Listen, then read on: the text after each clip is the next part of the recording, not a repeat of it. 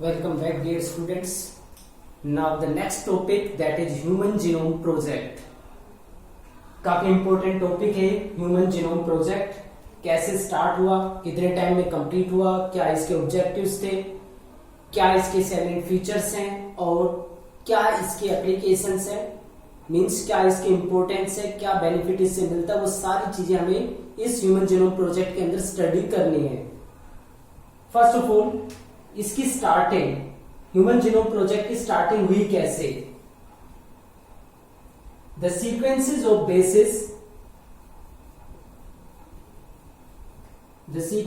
Basis in DNA determine the genetic information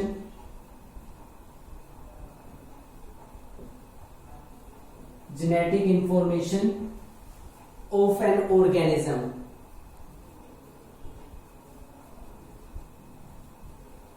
एक organism की जो जेनेटिक इंफॉर्मेशन है वो उसके डीएनए के अंदर प्रेजेंट बेस सीक्वेंस के ऊपर डिपेंड करती है. यानी कि किसी भी ऑर्गेनिज्म का जो जेनेटिक मेकअप है वो डिपेंड करता है sequence of basis in DNA.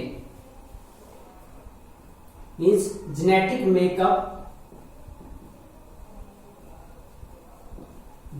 Makeup of an organism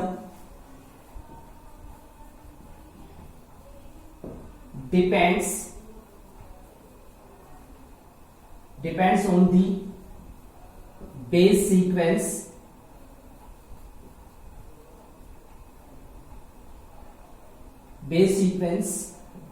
और बेस सीक्वेंस इन डीएनए में जो उसके बेस सीक्वेंस है वो डिसाइड करते हैं उसका जेनेटिक मेकअप. इसका मतलब ये हुआ कि जो दो इंडिविजुअल है वो एक दूसरे से डिफर करते हैं और अगर वो डिफर करते हैं तो उनका जो जेनेटिक मेकअप है, जेनेटिक इंफॉर्मेशन वो भी डिफर करती हैं. if two individuals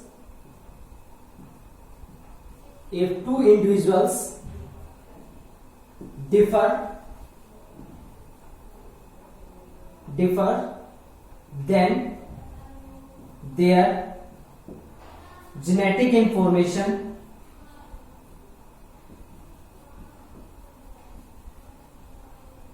or sequence of bases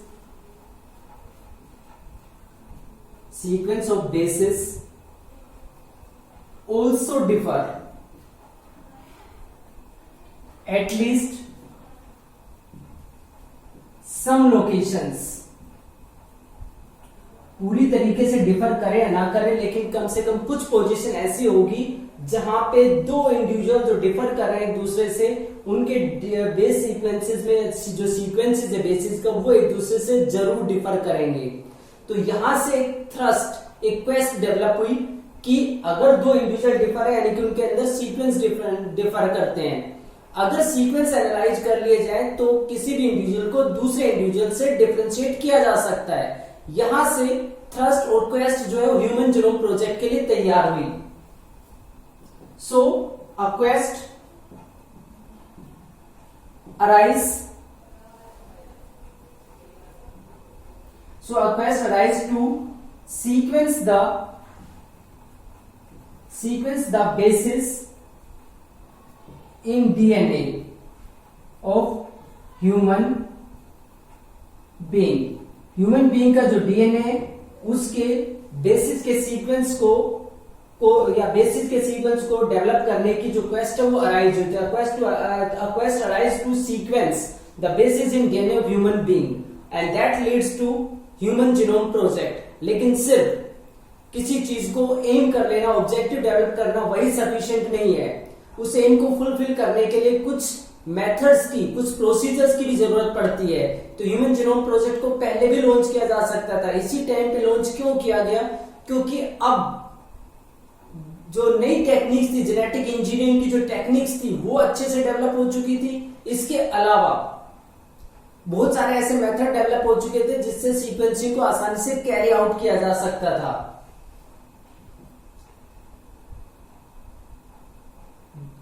that is genetic engineering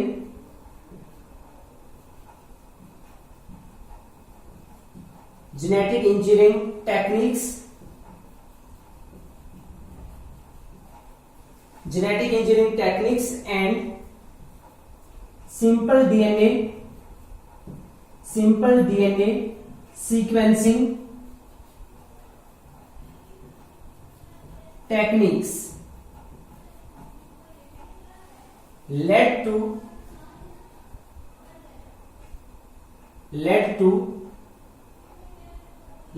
Human Genome Project।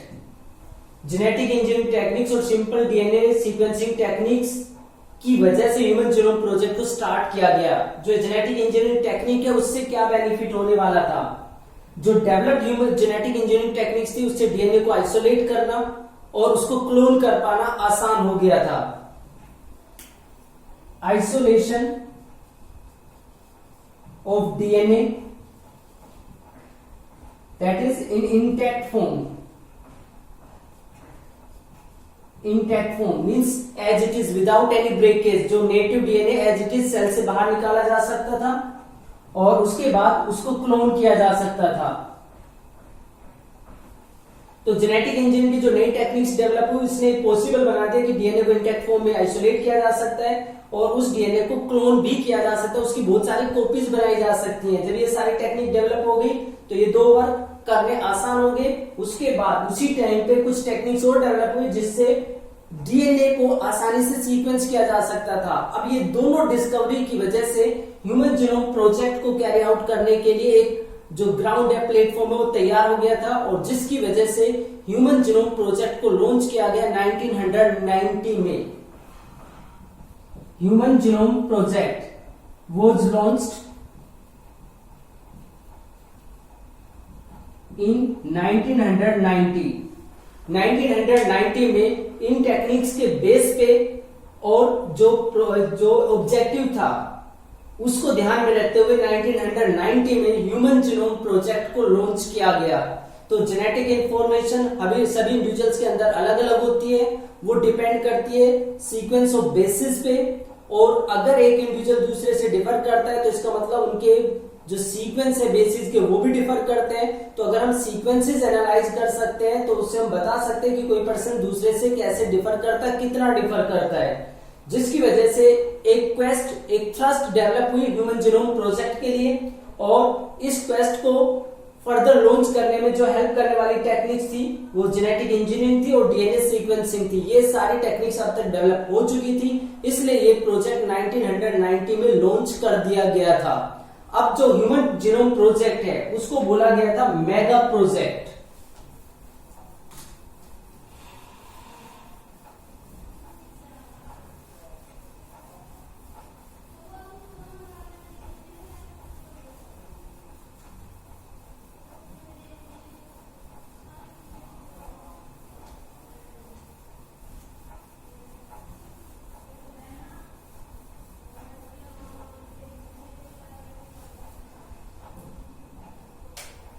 Human Genome Project as mega project। Human genome project को एज अ मेगा प्रोजेक्ट क्यों consider किया जाता है? तो इसको मेगा प्रोजेक्ट बोलते हैं इसकी मैग्नीट्यूड और रिक्वायरमेंट के बेस पे, on the basis of magnitude and requirement, क्या इसकी रिक्वायरमेंट है और कितना इसके ऊपर एक्सपेंडिचर आने वाला था, उसको देखते हुए इसको मेगा प्रोजेक्ट बोला गया। अब कैसे हम बता सकते हैं कि या क्या ऐसे मेथड्स है या क्या जो पार्ट्स हैं जो डिसाइड करते हैं, डिटरमाइन करते हैं कि ये एक मेगा प्रोजेक्ट था? तो सबसे पहला पॉइंट इसमें आता है जो ह्यूमन जीनोम है, a single set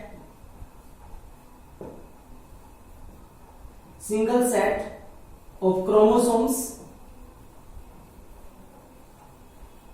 that is a genome। एक जीनोम का मतलब होता है सिंगल सेट ऑफ क्रोमोसोम। तो जो एक जीनोम है, a single set of chromosome consist of 3 × 10⁹ base pairs. हमारे एक जीनोम के अंदर 3.3 into 10⁹ बेस पेयर प्रेजेंट होते हैं। और जिस टाइम पे प्रोजेक्ट लॉन्च किया गया था, the cost of sequencing of one base pair was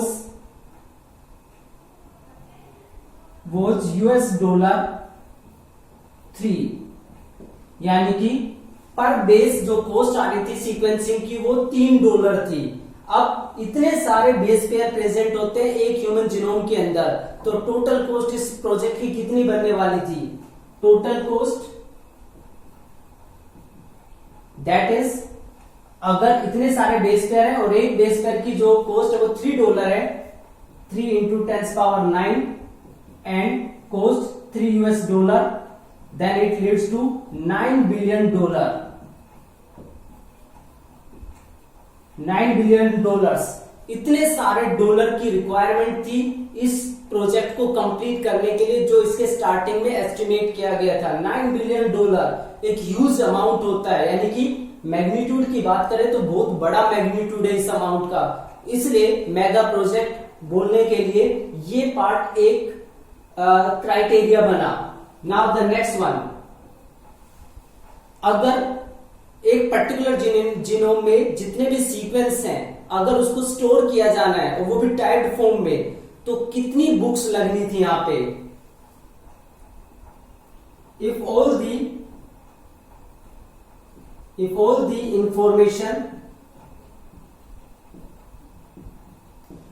information of sequence of bases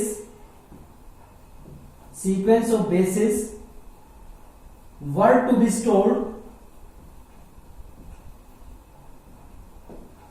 stored in typed form, अगर बेस सीक्वेंस की सारी इंफॉर्मेशन को टाइप्ड फॉर्म में स्टोर किया जाना या करना होता या किया जाना होता, तो उस केस में कितने सारे बुक्स की रिक्वायरमेंट होती? If all the information of sequence of basis were to be stored in type form, अगर उसको टाइप फॉर्म में स्टोर करना होता तो उसके लिए each page consist of 1000 letters, her page के अंदर 1000 लेटर्स होने चाहिए थे। And each book should contain 1000 pages, then 3300 such books would be required। तो उस केस में 3300 बुक्स की जरूरत पड़ने वाली थी, यानी कि 3300 बुक्स। ये बुक स्टोर करने के लिए काफी ज्यादा स्पेस की जरूरत पड़ती है। 3300 बुक्स, जहां पे हर बुक के अंदर हर बुक के अंदर 1000 पेजेस हैं और एक पेज के अंदर 1000 लेटर्स हैं।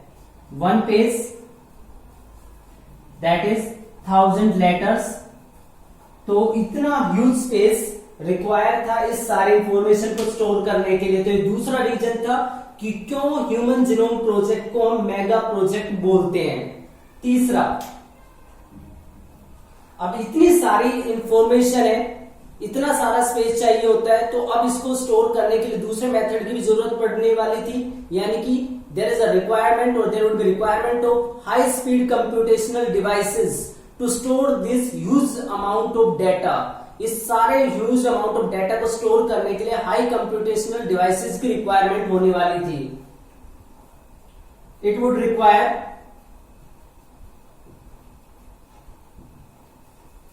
huge speed computational devices huge speed computational devices की जरूरत पड़ रही थी टू स्टोर, रिट्राइव, यानी कि जब जरूरत पड़े इसको वापस ओपन किया जा सके, और एनालाइज द इंफॉर्मेशन। इसके लिए काफी हाई स्पीड के कंप्यूटेशनल डिवाइसेस की जरूरत पड़ने वाली थी, ह्यूज स्पीड कंप्यूटेशनल डिवाइसेस। तो ये थर्ड रिक्वायरमेंट थी। तो ये जो रिक्वायरमेंट है, मैग्नीट्यूड है, ये बताते हैं कि जो ये प्रोजेक्ट है ये मेगा प्रोजेक्ट इसलिए बोला गया था। इसकी कॉस्ट काफी ज्यादा थी, $9 बिलियन कॉस्ट आने वाली थी इसकी। साथ में इसमें अगर बुक में टाइप फॉर्म में लिखे तो 3300 बुक्स की जरूरत पड़ने वाली थी सिर्फ एक ह्यूमन के एक जीनोम को सीक्वेंस करने के लिए, और हाई स्पीड कंप्यूटेशनल डिवाइसेस की जरूरत पड़ने वाली थी। अब हाई स्पीड कंप्यूटेशनल डिवाइसेस की जरूरत पड़ने वाली थी तो यहां पे इंट्रोड्यूस की गई एक नई ब्रांच साइंस की जिसको बोलते हैं बायो इन्फॉर्मेटिक्स। बायो इन्फॉर्मेटिक्स एक नई ब्रांच है साइंस की, वो यहां पे इंट्रोड्यूस की गई थी। So these are the various reasons why human genome project is known as mega project.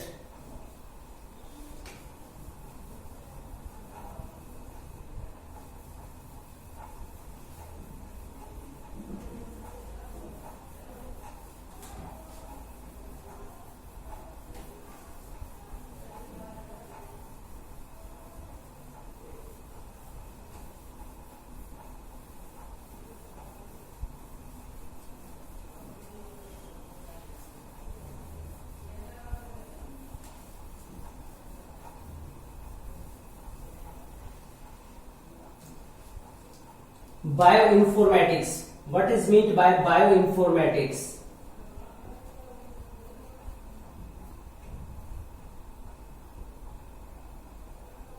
Bioinformatics. It is the branch of science. It is the branch of science that deals with जो deal करती है, deals with management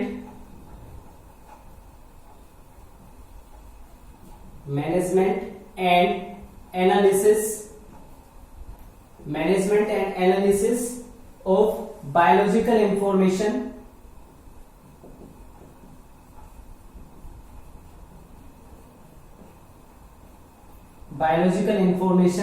stored in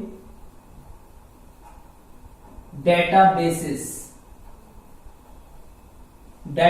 की form में जो biological information stored है उसको manage करना, उसको एनालाइज करना, उस ब्रांच को, यानी कि वो ब्रांच साइंस की जो डेटाबेस में जो इंफॉर्मेशन स्टोर होती है बायोलॉजिकल इंफॉर्मेशन, उसको मैनेज करना, कैसे उसको स्टोर किया जा सकता है, उसको कैसे एनालाइज किया जा सकता है, कैसे उसको रिट्राइव किया जा सकता है। तो ये सारी चीजें बायोइन्फॉर्मेटिक्स में कंसीडर की जाती है, जो मेगा प्रोजेक्ट के लिए एक रिक्वायरमेंट थी। अब जो नेक्स्ट टॉपिक है हमारा वो है goals of the human genome project. क्या ऑब्जेक्टिव थे ह्यूमन जीनोम प्रोजेक्ट को लॉन्च करने के पीछे?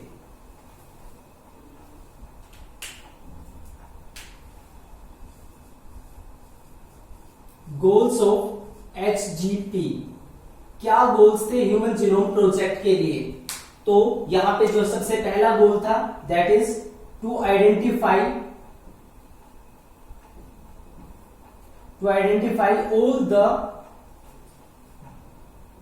all the genes, that is 20,000 to 25,000 in a human genome. To identify all the genes in a human genome, एक ह्यूमन जीनोम में जितने भी जीन्स हैं उन सबको आइडेंटिफाई करना, ये पहला एम था ह्यूमन जीनोम प्रोजेक्ट का। Second, to determine the sequence of basis of DNA of whole genome, जितने केमिकल बेसिस थे 3 बिलियन बेस पेयर, जो 3 बिलियन बेस पेयर है उन सबका सीक्वेंस डिटरमाइन करना। होल जीनोम के अंदर 3 × 10⁹ बेस पेयर प्रेजेंट है। इन बेस पेयर का पूरा सीक्वेंस डिटरमाइन करना ये सेकंड एम था, सेकंड ऑब्जेक्टिव था ह्यूमन जीनोम प्रोजेक्ट का। थर्ड, इतना सारा डाटा कलेक्ट करना था तो ये सारा डाटा कलेक्ट करके उसको स्टोर करना, to store the collective information, to store the information in databases. Databases की फॉर्म में सारी इंफॉर्मेशन को स्टोर करना। अब सारी इंफॉर्मेशन को स्टोर करना है तो उसके लिए इम्प्रूव टूल्स की भी जरूरत थी। So improve tools, that is development of improve tools for this analysis. इस एनालिसिस के लिए या इस प्रोजेक्ट के लिए टूल्स की रिक्वायरमेंट का होना।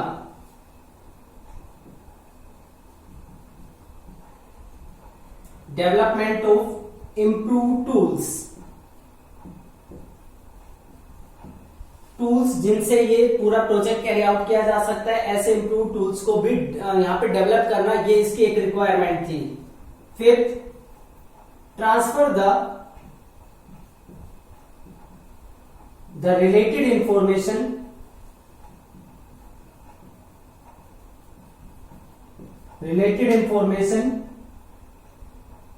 to other sectors like industries। Human genome project यानी कि सीक्वेंस जो पता चलता है, उस सीक्वेंस को करने के लिए काफी सारे टूल्स डेवलप किए गए थे। तो जो भी इंफॉर्मेशन थी, रिलेटेड इंफॉर्मेशन जो अब आ रही थी, यहाँ पे जो टेक्निक्स डेवलप हो रही थी, ट्रांसफर द रिलेटेड इंफॉर्मेशन और टेक्निक्स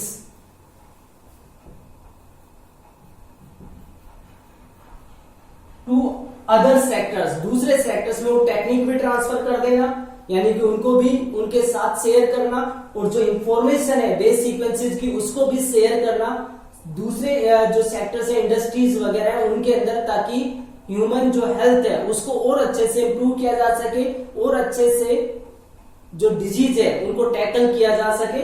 तो ये जो सारी इंफॉर्मेशन थी उसको दूसरे सेक्टर तक ट्रांसफर करना भी ह्यूमन जीनोम प्रोजेक्ट का एक एम था। Sixth, to address the ethical, legal and social issues, to address the ethical, legal and social issues